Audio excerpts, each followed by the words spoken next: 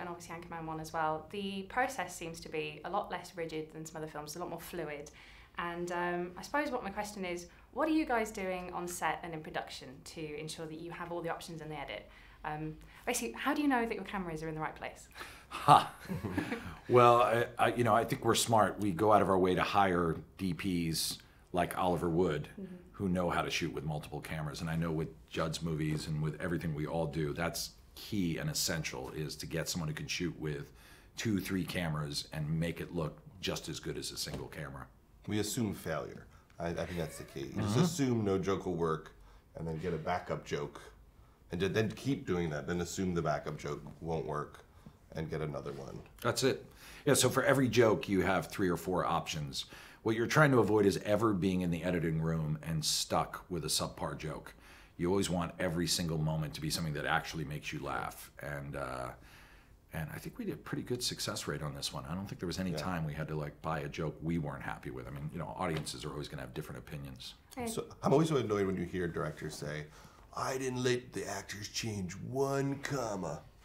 Like that. That's so cocky. Baffling to me. How do you know every part of the script is perfect?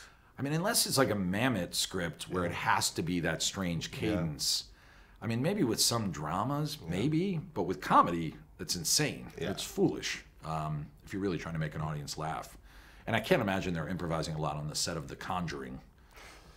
Well, there are different ways to howl and scream. Like, you could be on set going like, "That didn't scare me at all. You didn't seem that scared. Can you like have blood come out of your nose while you're screaming because you're so scared? True. Let's try one that way." That's true. Can you do a frothing at the mouth at a different... Yeah, when you open the drawer, what if the demon's not in the drawer? What if he's behind the curtain? Yeah. Let's try that. Derek, who's playing the demon, get over there. Yeah, you could do that. You could rip your throat out and not your intestines, just as an option. Okay. All right, maybe they are doing a lot of improv on The Conjuring. So obviously you've got so much coverage going on, how much easier does that make your lives, and how much of the film emerges in the edit, and then how much of a struggle is it then to whittle it down to the version that everyone's going to see? It's actually, once you start screening, it's not a struggle at all. Once you put it up in front of audiences and bits aren't working, that's when it really gets fun, because you can go dig into that treasure trove of improv and start putting in new bits, new runs. And Judd and I operate with the same editing team. And so it's great through, when Judd directs, he does the same improv method that I do, and our editing team has just gotten really good at it and having assemblies ready to go. And I think Judd's probably whipped him into shape more than I have. I think you've taken the lash to him. Paul Feig used him on the Heat. You're right, yeah. Brent White's his name.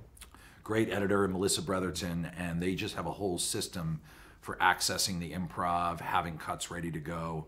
So once you start test screening, that's when you switch them in. And believe me, if a bit's not working, you want it out of the movie. And when you give your actors so much free rein, which is awesome, and they're really, really talented comical actors, but there are other times when you have just such a specific idea in your head of what you would like to happen in a scene, and you find yourself just like you're herding cats because they just want to run with their own jokes and ideas.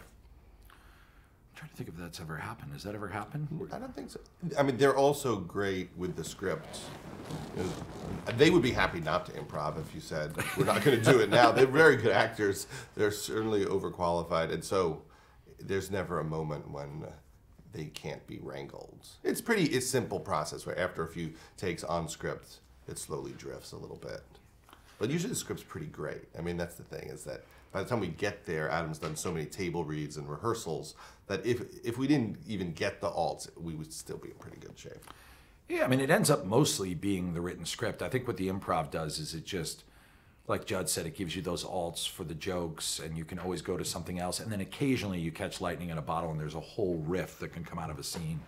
But they're all great, and there's a back and forth constantly where you're talking from behind the monitor and communicating with the actors, and they're kind of asking, "What do you think?" So yeah, there's never a sense that they go so far off you've lost control. And just one more thing, because I've noticed a lot of the stuff that's been put out for promotion, some of it hasn't ended up in the film. So things like, what was the decision behind, say, losing the gay vampire bit? Because that's hilarious, but I can see why you didn't put it into the film. That pained us. That was a really funny scene. Here's the reason it's not in the film, because believe me, we wanted it in the movie. It's connected to a much larger scene that's a musical number that we did cut. that will be in the alt cut of the movie that will come out on DVD and Blu-ray. So you will get to see it, but there was no way to get to that scene through any logical avenue. So yeah, we had to cut it. It was one of our favorite scenes, though, no question about it. I like when there are jokes in the trailers that aren't in the movie. I feel like those are extras. Those I are agree. little presents. They still exist, but only if you're watching a football game. Yes.